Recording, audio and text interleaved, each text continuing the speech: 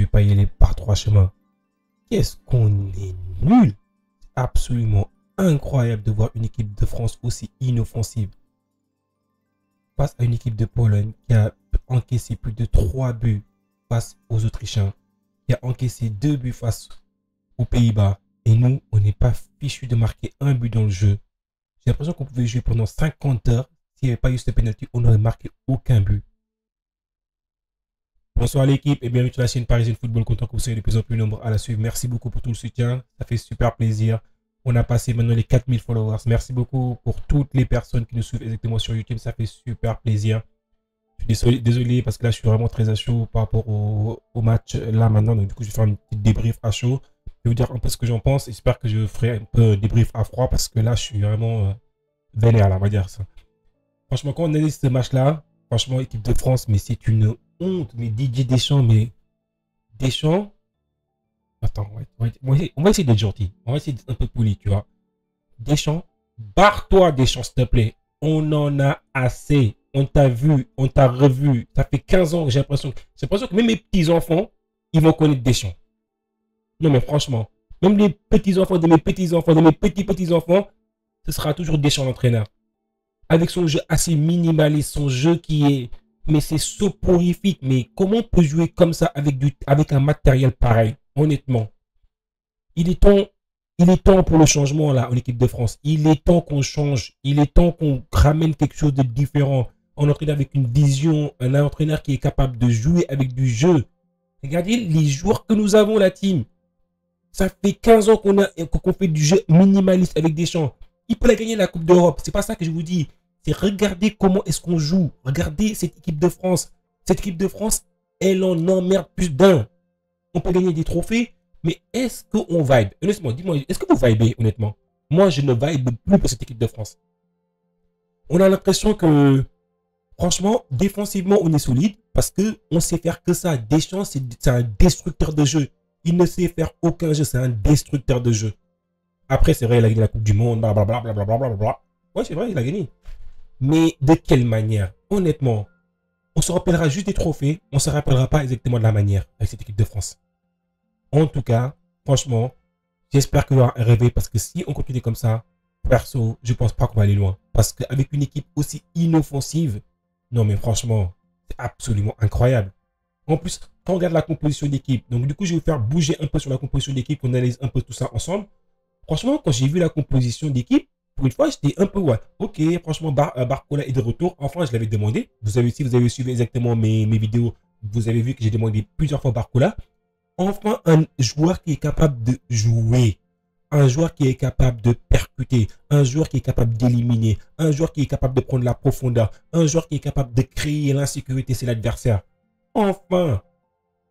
Et si on n'avait pas gueulé comme ça, si on n'avait pas fait une pression médiatique sur Didier Deschamps, il nous aurait mis une nouvelle fois Rabiot sur le couloir gauche. On va revenir un peu plus en arrière, la team. Au but, c'était Maignan. Maignan, franchement, il a fait son match. Franchement, je vais faire un peu une petite débrief, en même temps, analyse des performances individuelles des joueurs.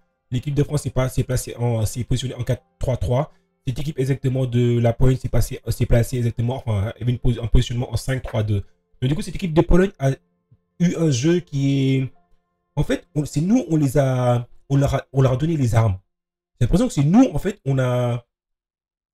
au lieu de tuer ce match au moment où on aurait dû tuer ce match, on n'a jamais voulu tuer ce match. On a dû voulu exactement dire, ah mais non, c'est pas grave, attends, ne vous inquiétez pas, on va vous garder dans le match. On va vous garder dans le match.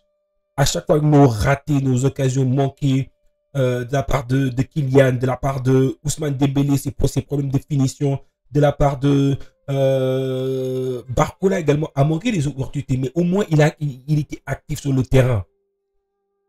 Franchement, quand on voit cette équipe, franchement, ça nous fait, mais c'est déprimant en fait, c'est déprimant. Offensivement, c'est déprimant.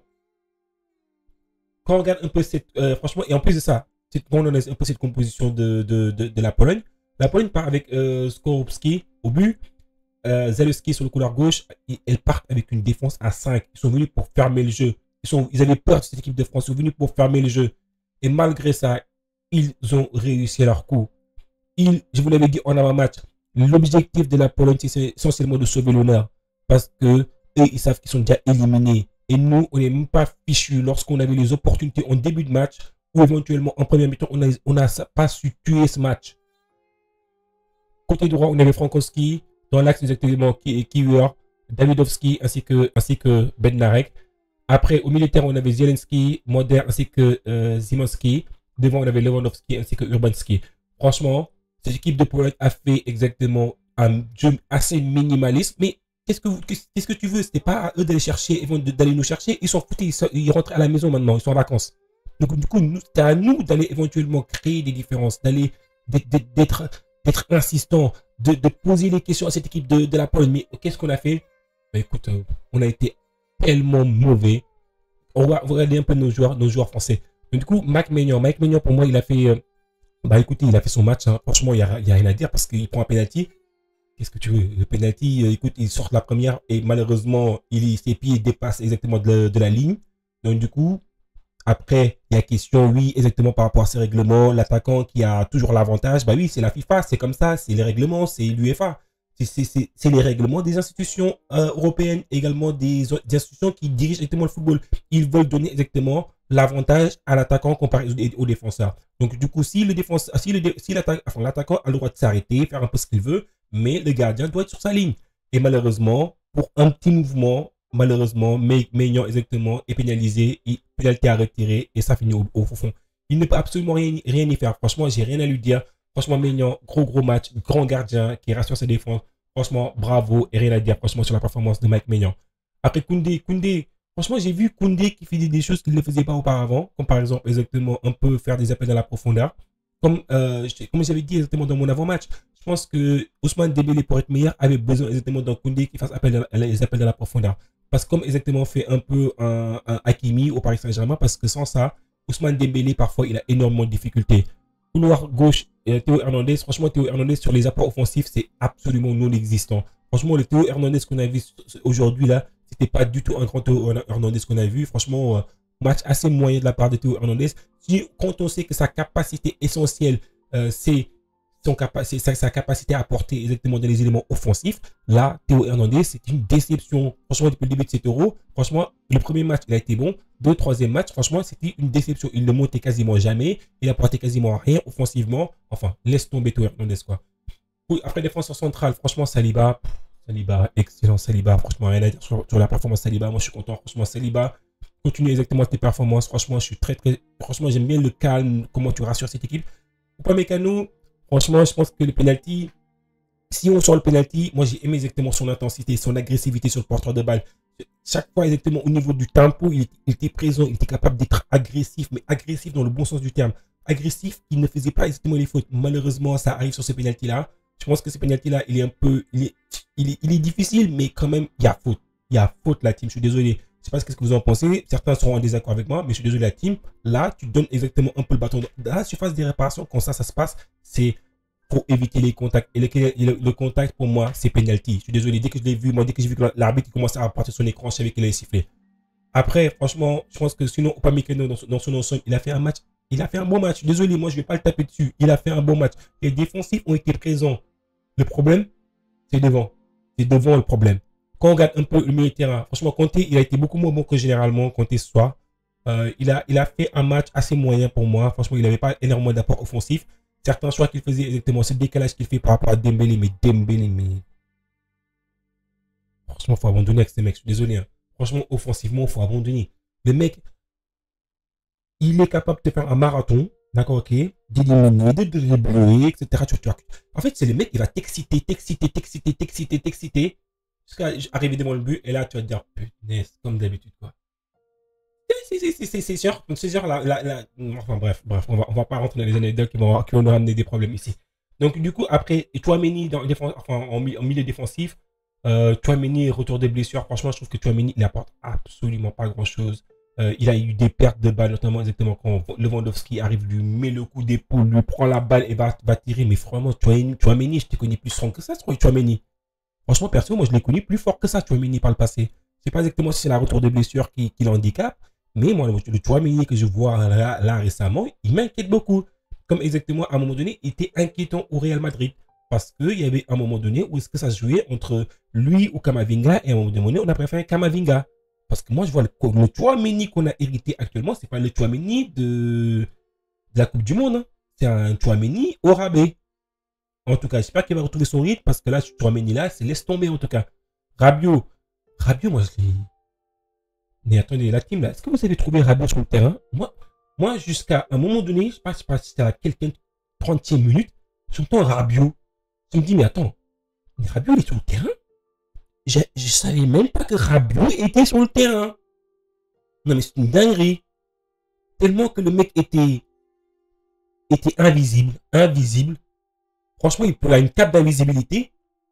Rabiot, je savais pas. Je vous promets la team. Et j'invente pas. Je vous promets que j'invente pas. Rabiot, quand j'entends Rabiot par le commentateur, je me dis, Rabiot, il est pas sur le banc. Parce que tellement qu'il était transparent. J'ai rien vu de Rabiot sur ce match-là. Moi, franchement, je pense que Rabiot, il fallait le sortir au bout d'un moment. Parce que, ouais, il a été sorti, mais trop tard. Parce que les mecs, on ne le voyait pas. C'est un box-to-box en principe. C'est à lui éventuellement d'aller créer, de ramener le ballon vers l'avant, de trouver un peu la profondeur. Mais Rabiot, sur ce match-là, le niveau s'élève. Hein. Mais là, Rabiot a disparu de ce match-là. Et devant, mamma mia, madre mia. Ah, devant. Mon. Franchement, devant. Non, mais franchement, les gars, vous êtes en vacances aux Maldives, vous êtes en vacances exactement à Saint-Trope, ou peut-être que Kylian Mbappé, il est toujours du côté du Festival de Cannes, c'est avec son pote Ousmane Dembélé, hein. Parce que les trois, enfin les deux là, heureusement que Barcola était là pour faire un peu de différence, pour travailler avec sa jeunesse, etc. Il avait une fougue, il avait une envie, il voulait honorer un peu son premier euro, ça se voyait qu'il essayait de faire les efforts. Mais les deux, ils restent là. Non, mais on en parle. Offensivement, 0. Défensivement, 0. Mais en fait, c'est comme si tu jouais en fait à 9. Parce que Ousmane Dembélé, ce qu'il fait, c'est toujours du Ousmane Dembélé. Moi, je vous le dis à chaque fois, je l'ai vu au Paris Saint-Germain. On l'a vu au Paris Saint-Germain, même si parfois, il a été bon au Paris Saint-Germain. Mais Ousmane Dembélé, c'est l'excitation. Arrive le moment de concrétiser, il n'y a plus personne. Il n'y a plus personne. Franchement, c'est un désastre, Ousmane Dembélé. Offensivement, sa capacité à finir les actions, c'est un désastre.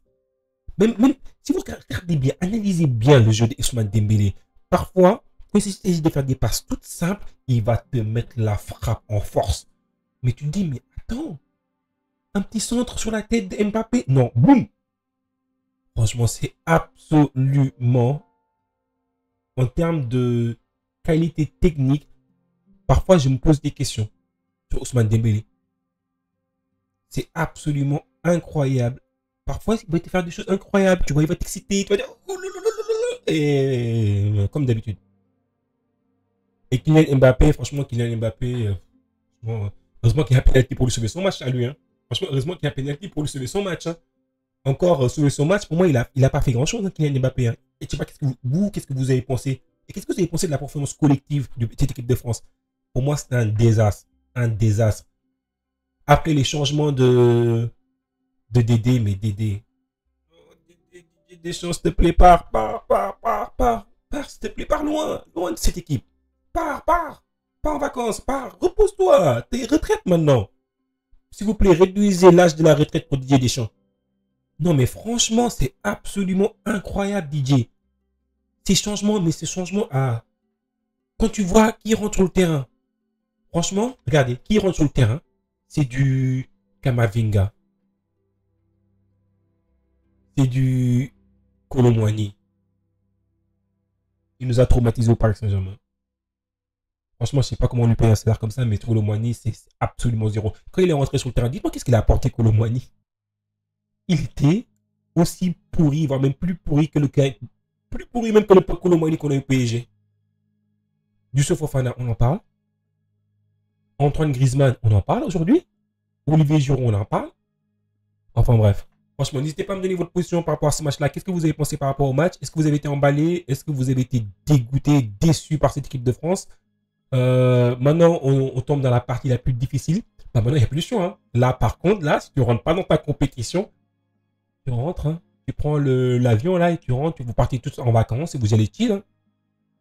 Parce que franchement, nous, les fans, on est dégoûtés. Franchement, on est déçus de cette équipe de France. Depuis le début de cette euro-là, on est déçus. Je suis désolé. Peut-être qu'on va la gagner, qui sait. Tout est possible. Parce que dans les phases exactement clés, dans les phases à élimination, l'équipe de France est difficile à bouger. Mais avec cette équipe de France que je vois, moi, je suis inquiet en tout cas. En tout cas, n'hésitez pas à me donner exactement votre ressenti du match. Qu'est-ce que vous avez pensé par rapport à mon analyse du match? Est-ce que vous pensez que j'étais un peu trop dur sur l'analyse? Est-ce que vous pensez que. Qu'est-ce que vous avez pensé exactement de la performance collective? Qu'est-ce que vous avez pensé exactement des performances individuelles? Quels sont vos tops? Quels sont vos flops pour vous? Pour moi, c'est quasiment tous des flops à part Mike Maignan ainsi que Barcola.